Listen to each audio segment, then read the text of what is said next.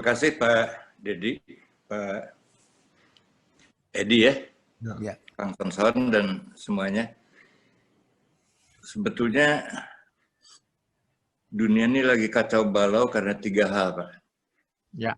Bukan cuma pandemi ya, yang mungkin kita udah samar-samar tahu tapi nggak tahu rinciannya apa. Itu adalah yang namanya perubahan iklim.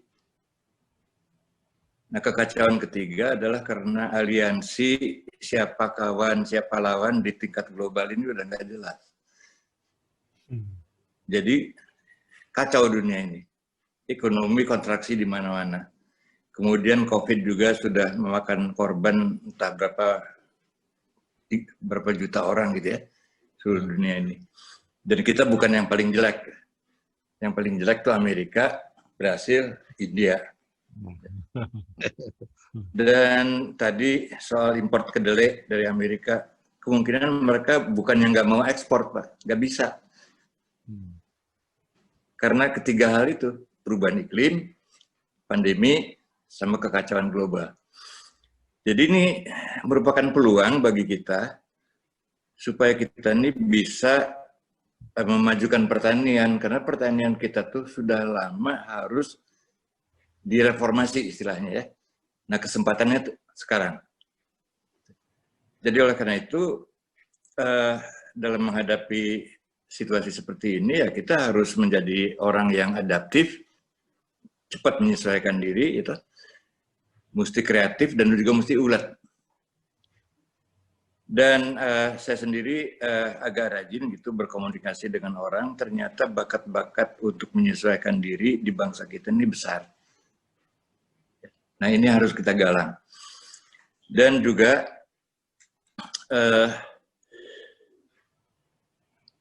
yang lainnya mengenai ketahanan pangan ini betul sekali harus mulai dari rumah sendiri.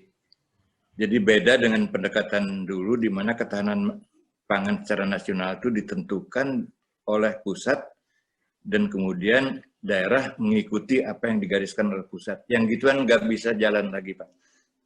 Ketahanan pangan itu harus mulai dari bawah begitu. Makanya sekarang bahasanya para petani baru ini juga udah beda begitu ya. Sekarang orang bicara tentang hidroganik, ya, tentang ekonomi sirkuler, tentang agriculture misalnya, tentang wahana tani, dan seterusnya. Dan kemudian juga ada peluang lagi bahwa kaum muda nanti bisa tertarik ke bidang pertanian. Gitu. Jadi daripada kita meratapi nasib karena kita juga ikut kacau dengan kacaunya dunia ini, mendingan kita berpikir positif dan cari peluang di tengah penderitaan yang sedang dialami oleh kita semua. Saya ingin memperkenalkan di sini Mas Mushab Nursantio, ya. Nah, ada ya. Beliau adalah lulusan dari Fakultas Teknologi Pertanian Brawijaya. Ya, nah ini Mas Mushab, masih muda. Iya, Mushab. Nah sebetulnya makasih Pak Sono. Dia mestinya di Singapura gitu karena mendapat dukungan riset dari Singapura. Cuman karena gara-gara COVID dia nggak bisa ke sana lagi. Gitu. Jadi dia bergiat di sini. Dia punya perusahaan namanya Sentra Farm. Dan salah satu kegiatan Sentra Farm adalah bertani di ruangan. Itu yang namanya agriculture itu ya. Kombinasi dari agriculture and architecture. Nah, ini orangnya. Nah, terus juga ada usaha-usaha lain, jadi Mas Mushab mohon memperkenalkan diri nanti antara lain dengan menulis nama dan nomor kontak di chat box ya, supaya orang bisa berhubungan dengan Mas Mushab. Saya sudah mengunjungi gudang yang digunakan untuk bercocok tanam, ya, tanpa sinar matahari sama sekali, sangat impresif, gitu, sangat progresif, dan inilah ya usaha-usaha kita untuk berhadapan dengan 3 soal global yang sedang terjadi, yaitu perubahan iklim, pandemi, dan kekacauan hubungan antar negara di tingkat global ini. Orang nggak tahu lagi siapa tahu.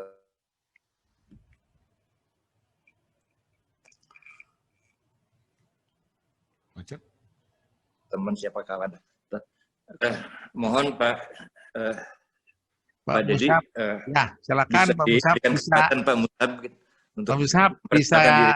kenalkan, mungkin Ya, ada masukan-masukan apa untuk kita semua Pak, untuk oke. kepentingan negara kita. Baik Ya. Pak, terima kasih banyak kesempatannya. Mungkin biar agak seru, saya ajak tur aja secara virtual ya, mumpung lagi di lab juga nih. Ya.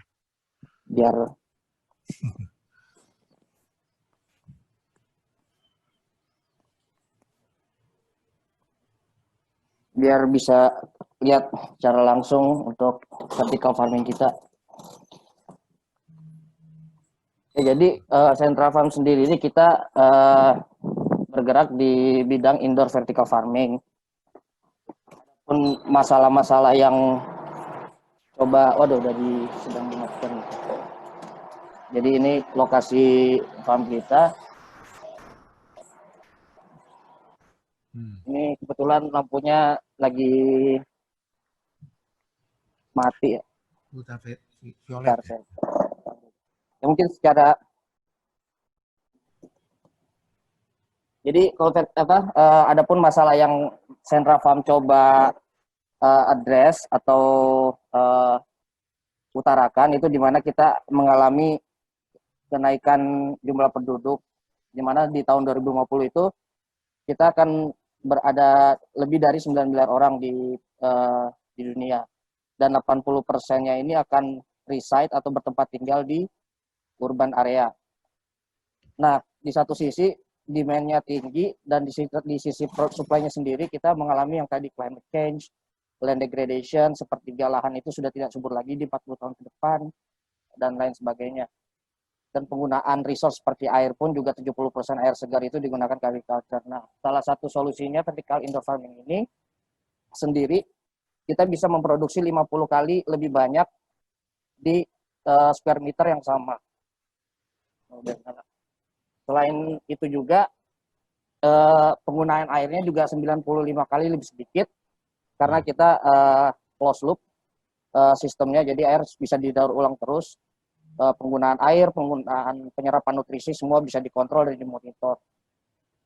Selain itu tidak bisa diimplementasikan di mana saja, tidak perlu menggunakan lahan arable land atau lahan subur, sehingga bisa digunakan untuk repurposing urban area, atau seperti yang kita jalanin di Sentra Farm ini adalah yang dulunya properti yang produktif, pergudangan dan industri, di mana kebanyakan sudah berpindah ke daerah-daerah seperti Karawang dan lain-lain, sehingga yang di Jakarta ini banyak urban space bekas commercial building itu bisa dimanfaatkan sebagai untuk memproduksi makanan seperti itu. Jadi solusinya seperti itu. Nah, selain dan ini juga untuk pengganti mataharinya sendiri, kita menggunakan LED dengan panjang spektrum yang betul-betul dibutuhkan tanaman seperti itu.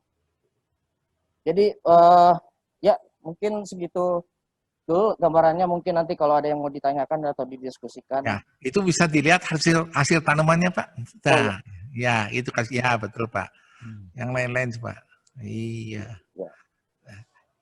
Itu lampunya pakai ultrasonik LED atau pakai ultraviolet Pak?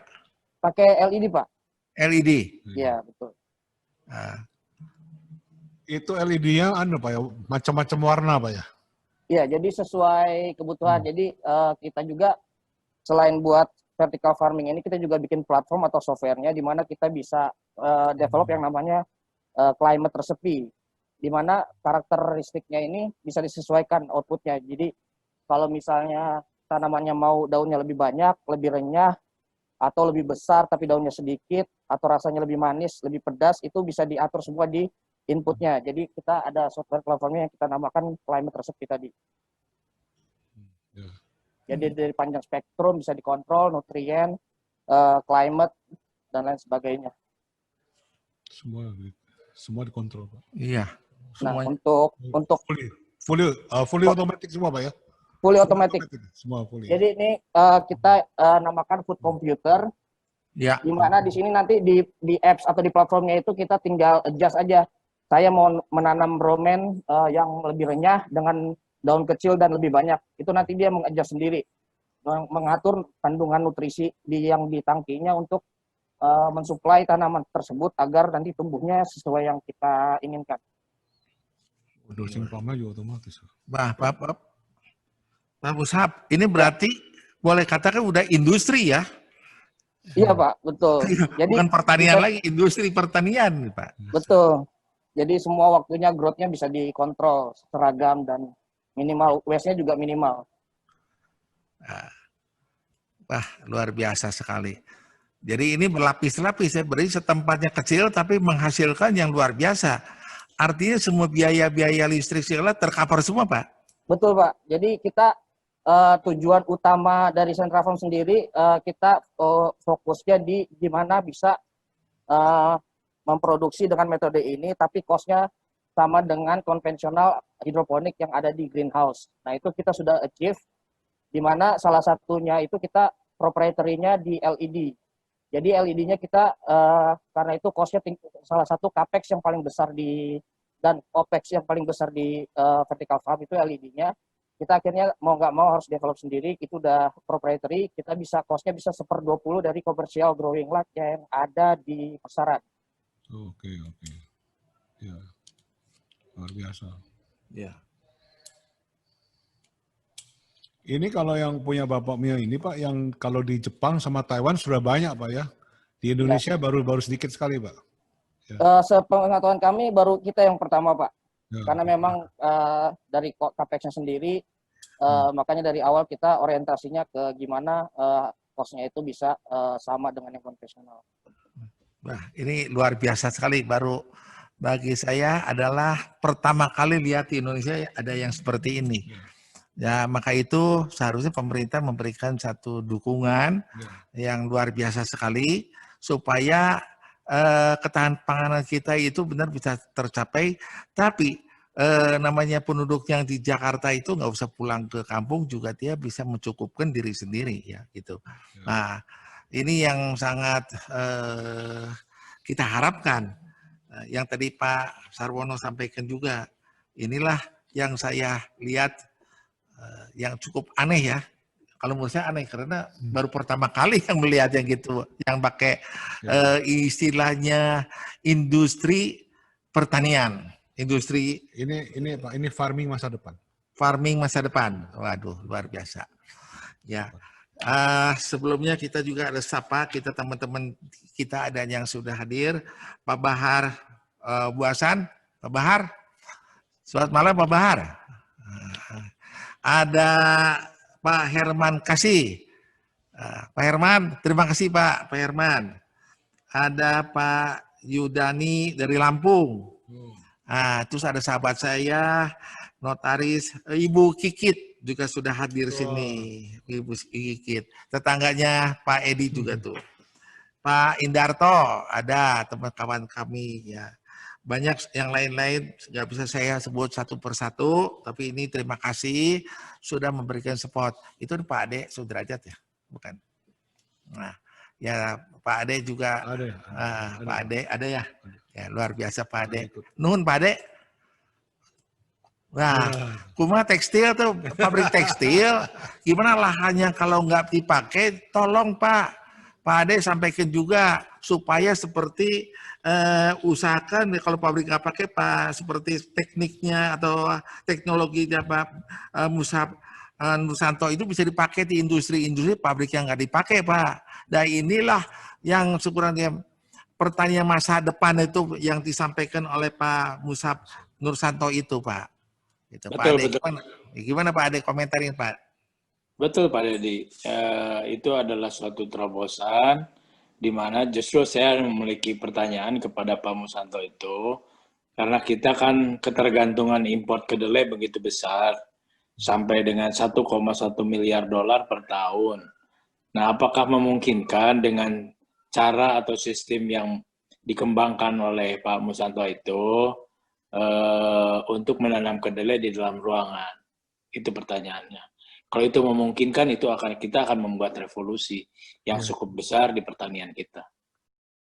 Untuk pertanyaannya Pak Ade, sebenarnya dengan sistem ini kita bisa menanam 250 sampai 300 jenis tanaman.